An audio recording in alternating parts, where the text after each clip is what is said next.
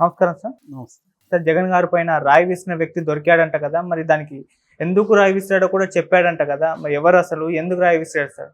ఆకాషు, దుర్గారావు, చిన్న, సంతోష్, ఈ నలుగురు ప్లస్ సతీష్, 5 మంది మొత్తం. ఇందులో రాయి వేసింది అయితే సతీష్. రాయి కూడా ఫుట్పాత్ మీద ఉండే ఇది ఉంటుంది కదా, అది పగిలి ఉన్నదాన్ని జోబులో పెట్టుకొని వచ్చాడని దాన్ని విసిరాడనేది చెప్తున్నారు. అయితే ఇతను ఎందుకు విసిరాడని తెలుగుదేశం మీడియా ఒక కథ స్టార్ట్ చేసేసింది.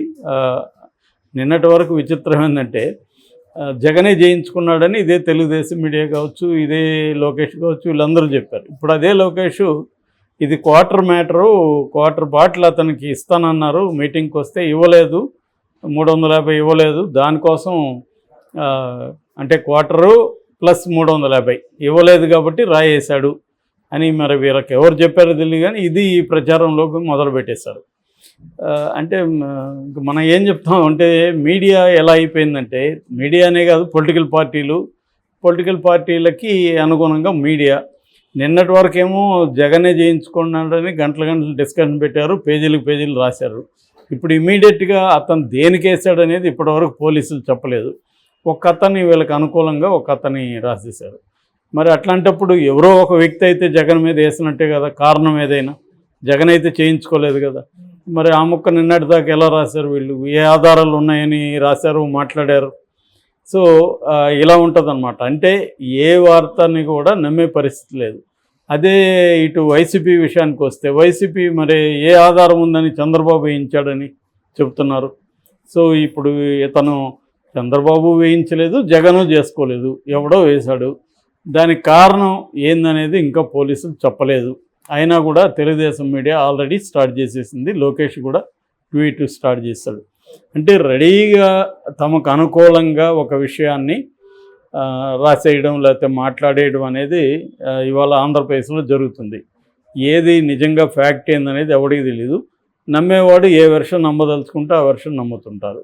ఇది మొత్తంగా ఆంధ్రప్రదేశ్ రాజకీయాల్లో జరిగే విషయం. సో ఇప్పుడు కూడా అతను చెప్పినాడని చెప్పి రాస్తున్నారు. సో ఇంకో పక్క ముందే వీళ్ళు ఏంటంటే తెలుగుదేశం వాళ్ళే చేయించారని చెప్పమని కూడా అతని మీద ప్రెజర్ తెస్తున్నారని కూడా రాస్తున్నారు. అంటే ఒకవేళ నిజంగానే తెలుగుదేశం వాళ్ళే వేయించున్నా ప్రెజర్ తెచ్చి చెప్పించారనేది అంటారు. మరి ఇప్పుడు పోలీస్ యంత్రాంగం అంతా కూడా ఎలక్షన్ కమిషన్ ఆధ్వర్యంలో కూడా పనిచేస్తుంది. సో వీళ్ళు ఎలా ప్రెజర్ చేస్తారు అనేదానికి ఏమీ ఇది లేదు. సో ఏదేమైనా రాయి వేసిన వ్యక్తి దొరికాడు అనేది అయితే కన్ఫామ్ అవుతున్నట్టుగా ఉంది.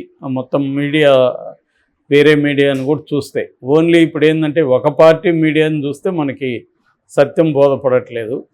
కనీసం ఒక 10 రకాల చూస్తే కానీ మనకు అసలు ఏం జరిగి ఉండొచ్చు అని అర్థమయ్యే పరిస్థితి లేదు. ఎందుకంటే ఎవడి వర్షన్ వాడు రాసుకుంటున్నాడు తప్ప అక్కడ నిజంగా ఏం జరిగిందనేది తెలిసే అవకాశం లేదు. నాకు తెలిసి ఇది ఎప్పటికి కూడా తెలియదు. రేపొద్దున్న నిజంగానే తెలుగుదేశం వాళ్ళు వేయించున్నా తెలుగుదేశం వాళ్ళు ఏం చెప్తారంటే పోలీసులు చెప్పించారు అంటారు. ఒకవేళ నిజంగానే వాడు క్వార్టర్ తాగిచ్చేస్తున్నా అది తెలుగుదేశం వాళ్ళ కట్టుకథ అని వీళ్ళు చెప్తారు. కాబట్టి నాకు తెలిసి ఇది నిజం ఎప్పటికీ బయటికి రాకపోవచ్చు. రాజకీయంగా ఎవరి వర్షన్ వాళ్ళు వాడుకోవడానికి 2 పార్టీలు కూడా ఎన్నికల్లో దీన్ని తమకు అనుకూలంగా వాడుకోవడానికి మలుచుకుంటారు.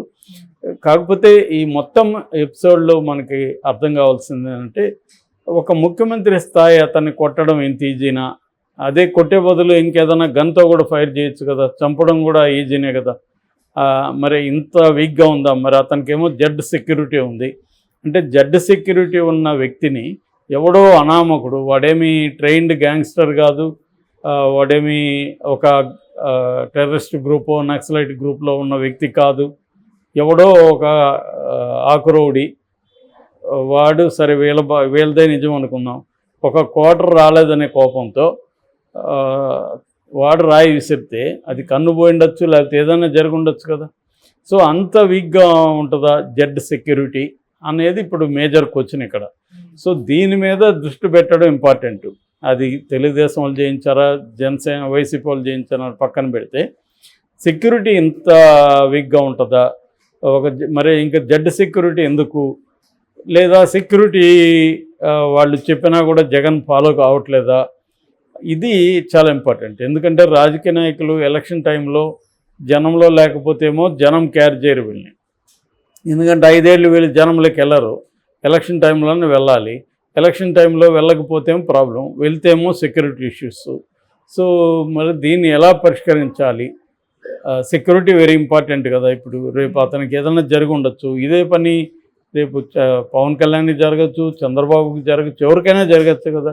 అక్కడ కూడా వీళ్ళు చెప్పిన వాళ్ళు అందరికీ డబ్బులు లేరు కదా. ఎవరైనా కూడా డబ్బులు, క్వార్టర్లు, బిర్యానీల కోసం మ్యాక్సిమం వస్తారని మన అందరికీ తెలుసు. మరి అట్లాంటప్పుడు ఎవడో నాకు బిర్యానీ లేదు, నాకు డబ్బులు లేదని ఒక రాయి ఇసిరితే ఇంకా అంత ఈజీగా ఉందా వీళ్ళ పరిస్థితి?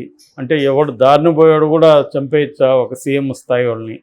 దానికేం పెద్ద ప్లానింగు, పెద్ద వ్యవహారం ఏం అవసరం లేదా అన్న ఇది క్వశ్చన్ వస్తుందన్నమాట. సో ఇది వెరీ ఇంపార్టెంట్. ఆ ప్రశ్న ఇంపార్టెంట్ దీనికంటే కూడా. అంటే అతను ఎందుకు రాయి విసిరాడు అనే దానికంటే కూడా అది ఇంపార్టెంట్. సో నేను చెప్పినట్టుగా అతను ఎందుకు రాయి విసిరాడు అనేది మనకి ఎప్పటికి కూడా రిలయబుల్ ఇన్ఫర్మేషన్ అయితే రాదు. పోలీసులు చెప్పినా దాన్ని నమ్మకుండా ఉండేదానికి యువతల వర్గం రెడీగా ఉంటుంది. సో అతను ఎందుకు రాయి విసిరాడు అనేది మిస్టేకల్గానే మారిపోతుంది. ఇప్పుడు ఆల్రెడీ గతంలో 2018లో జగన్ మీద అటాక్ జరిగినప్పుడు కూడా అతను ఎందుకు అటాక్ చేశాడని ఇది ఇప్పటికీ మిస్టరీనే. ఎందుకంటే అతనేమో ఫస్ట్ నేను అభిమాని కాబట్టి చేశానంటాడు, తర్వాత అది మార్చాడు. వీళ్ళేమో ఇదంతా ఇతనే చేయించుకున్నాడు అంటారు తెలుగుదేశం వాళ్ళు.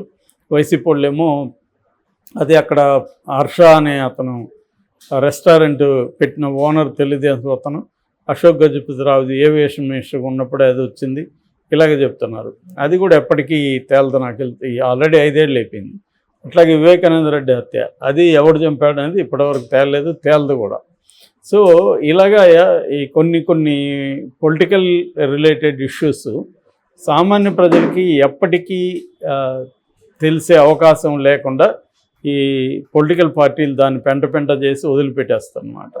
సో ఇదే జరిగింది ఇప్పుడు కూడా.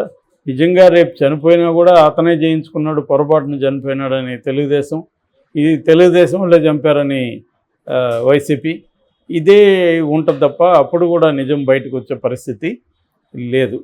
ఇదేంటంటే ఇది ఉన్న కండిషన్, అది దానికి ఎవడేం చేయలేము. ఏదేమైనా త్వరగానే అంటే వితిన్ 2 డేస్లో పట్టుకోగలిగారు, దానికి అప్రిషియేట్ చేయాలి.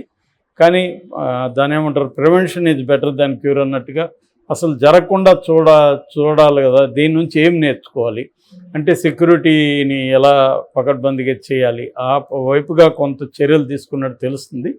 బట్ ఇదే పని పవన్ కళ్యాణ్కి తర్వాత చంద్రబాబు కూడా చేయాలి. ఎందుకంటే వాళ్ళిద్దరూ కూడా ఎక్కువగా బస్సు యాత్రలో చేస్తున్నారు కాబట్టి వాళ్ళకు కూడా సెక్యూరిటీకి సంబంధించిన సీరియస్ ఎఫర్ట్, సీరియస్ మెకానిజం, ఇక్కడ ఏమేమి లోపాలు జరిగినాయి, దాన్ని అవాయిడ్ చేయాలంటే ఏం చేయాలనేది అక్కడ తీసుకోవాలి. జగన్ కూడా ఫర్దర్గా ఇటువంటి సెక్యూరిటీ మెజర్స్ తీసుకోవాల్సిన అవసరం అయితే ఉంది. Okay, thank you so much.